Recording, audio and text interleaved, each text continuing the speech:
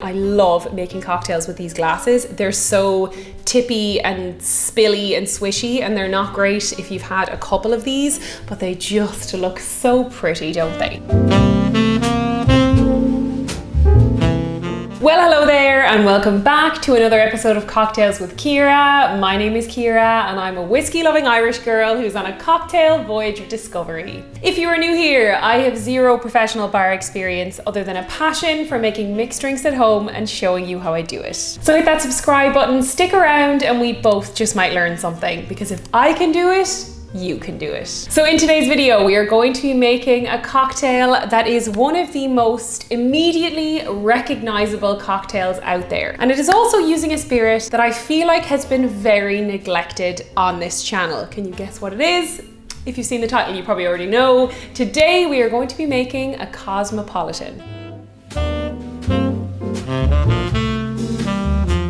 So yes, one of the most widely recognizable cocktails due to its gorgeous pink hue and probably its prevalence in the iconic 90s TV show Sex and the City. The Cosmopolitan, although arguably not massively popular today, was a huge cocktail in the 1990s. It was easily the most popular cocktail, and it is known for really being a cocktail of its time, which we will get into now. So before we get into the history of the Cosmopolitan and I show you how I make it at home, I would like to take a second to tell you about my Patreon. Not only is it a great way of supporting my channel, but you can have access to exclusive content, you can get exclusive discounts on my newly launched merch, and you can see the footage that is just too tipsy for YouTube. So without rambling on too much, let's get into the history of a Cosmopolitan. So yes, I mentioned that this cocktail was a huge cocktail in the 1990s. It was the cocktail to be held in your hand if you were a savvy, fashionable girl or guy. It has to be said, it was hugely popular in the gay community as well, but it was just the cocktail to be seen drinking. However, it does have somewhat of a contested history, like so many other cocktails out there, but it's interesting that as a modern cocktail, it has a contested history, and there are a few people who have claimed to have invented it. So one of the more prevalent stories is that the cocktail was invented in 1985 in a Miami bar called The Strand on South Beach by a bartender named Cheryl Cook.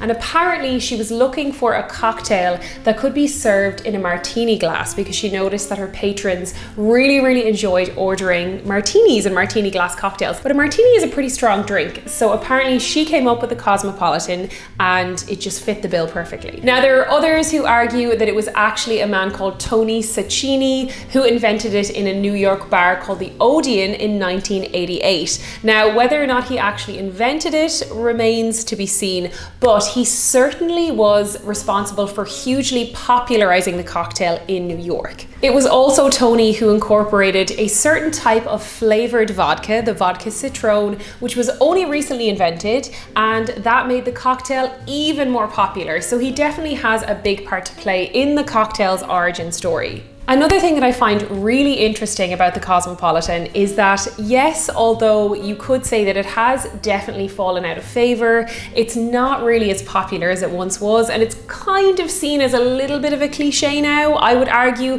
Maybe not so much anymore, but with the rise of craft cocktails, Cosmos are definitely not as popular. But I do feel like these types of drinks definitely paved the way for the craft cocktail revolution. Not so much that they were predecessors, but actually that it was a response to these really simplistic, fruity, sweet cocktails that the huge cocktail renaissance in, the early turn of the century happened. So I think that just like with, really poppy boy bands that were super popular in the 90s, as a reaction to that, we saw much more kind of punky bands come out, like the likes of the Yeah Yeah Yeahs, the Strokes, that were a reaction to what was happening. So it's kind of like a little bit of a shift in pop culture, and I think that's why, even though you might not order a Cosmopolitan cocktail when you're out having a drink, it is certainly important to know its place in history, and also if you've never tried it, you absolutely must. Alright, so I have done more than enough chat about the history of the Cosmopolitan. Let's go ahead and look at its ingredients.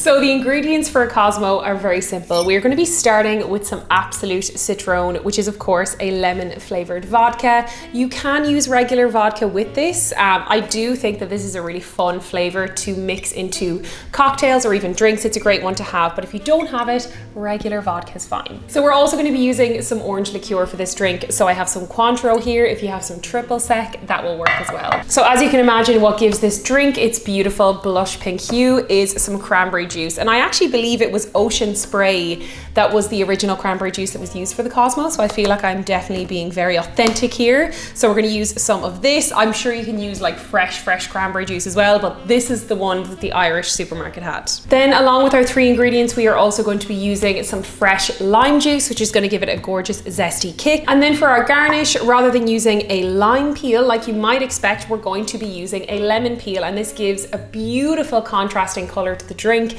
It really helps it be so recognizable, and the colors just look gorgeous together. All right, so now that we've got all of our ingredients together, let's go ahead and make a Cosmopolitan.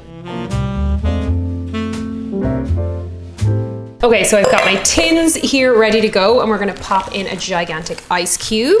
Ooh, we're gonna pop in our huge ice cube, and then we have our beautiful martini glass ready to go. I mean, I love making cocktails with these glasses. They're so tippy and spilly and swishy, and they're not great if you've had a couple of these, but they just look so pretty, don't they? So let's leave this here. I might actually pop a little bit of ice in this glass just to chill it down nicely. You could pop your glass in your freezer, but my freezer is so full of shite that there's no room for a glass. So we've got 45 mils of our Vodka Citron. We are going to go ahead and add in just 15 mils of our Cointreau or triple sec or your orange liqueur, whatever you want to use. Let's pop that in on top. Then we are going to do 30 mils of cranberry juice. Apparently you don't want to overdo it with the cranberry juice because you don't want this to be too sweet, and cranberry juice can be very sweet. We'll pop that in, and it's going to give it a nice blush pink is what we're looking for. We don't want it to be like highlighter neon pink. All right, so we're also going to add in 10 mils of fresh squeezed lime juice. So let's get our little squeezer here and measure out about 10. So yeah, that is just over 10 mils. Let's pop that in. I do like a nice bit of lime juice, so it's okay if there's a couple of milliliters over.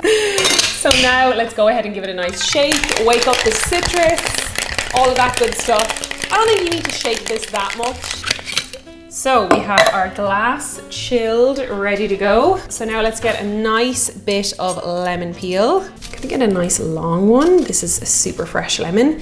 And then we're just gonna gussy it up a bit, make it look kind of cute, and try and do a nice twist. We've got a nice little peel. Here we go. I can already tell I'm not gonna do this right. Give it a little bend. Oh, it smells gorgeous. So let's go ahead and strain this in while it's nice and cold. I wonder how filled our glass is gonna be. Oh, I mean, that is perfect fill line. The color is gorgeous. She looks beautiful. She's blushing. Maybe someone's just told her a rude joke. So we've got our little peel nicely done. Could maybe skewer this with a little cocktail stick, but I think I'm just gonna try and rest it over the glass because I think that's quite nice, so you can see it on the outside and it doesn't just end up getting lost in the glass. So our gorgeous, stunning, beautiful Cosmopolitan is ready. Oh my God, I'm at risk of spilling it. She looks absolutely delectable. I cannot wait to try her. So if you will join me over on my cocktail drinking chair, let's try a Cosmopolitan and see how she tastes. Okay, so we are back on the cocktail drinking chair. My Cosmo is sitting here looking extremely pretty. It's the struggle of these glasses. Like, I've probably filled it up too much. Definitely filled it up too much, but nonetheless. Oh my God, why? It's making me shake out of nervousness. Okay, so without spilling it, cheers.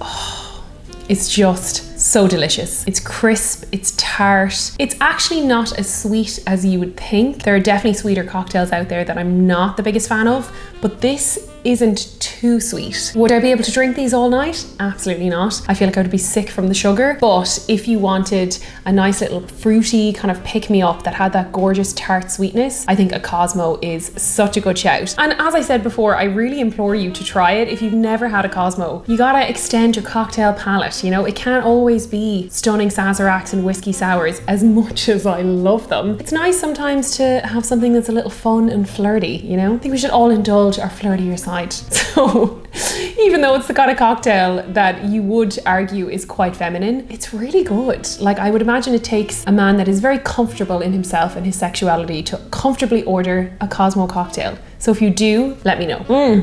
Gorgeous, so nice. It reminds me of nights out with the girls where we're all dressed up, going for dinner, having a nice drink. I'm constantly worried about spilling this. Like, this is why it's not the kind of drink that you can like bring with you on a dance floor. Also, my garnish is too big. It needs to sit in a little bit daintier. It is now that time in the video where I get to sit back, enjoy my cocktail, and answer some questions from my Patreon community. Okay, so I have a question here from Grim Grey is the name, and it says, I've just joined the club and I'm wondering, do you have any plans to expand your brand?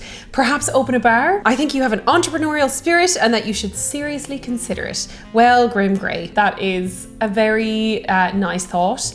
I have no plans to open a bar. I certainly think the past 18 months have been extremely difficult for bar owners. So I would think that to come out of this and to want to open a bar, you'd probably have to, well, I know people are still going to be opening bars after this, but it's definitely not a great time. It'll get a lot better, but as it stands, I have no plans to open a bar. Would be a lot of fun. It is an interesting concept and it's definitely something to think about, but I don't think you're going to be seeing any bars from me just yet anyway. I really do feel like vodka cocktails have been severely neglected here on this channel, so it is my personal mission to go back over some of the classics and the favorites and make them, and this is definitely one of them. It just screams summertime. It's just so fun, and at the actual bare bones of it, it is just a very balanced and delicious cocktail. So I implore you to try one. So I hope you enjoyed watching me make a Cosmopolitan, and as always, if you have any other cocktails that you would like to see me make, please do let me know in the comments below. I love hearing your suggestions. Maybe there are some vodka cocktails that I haven't heard about. And of course, if you would like to see other easy drinks that you can make at home, I will leave a link to a playlist up here. And if you have not already, then be sure to subscribe to my channel. I post new videos every single week, and I would love to have you back for more. Thank you so much for watching, and I will see you on my next one. Cheers!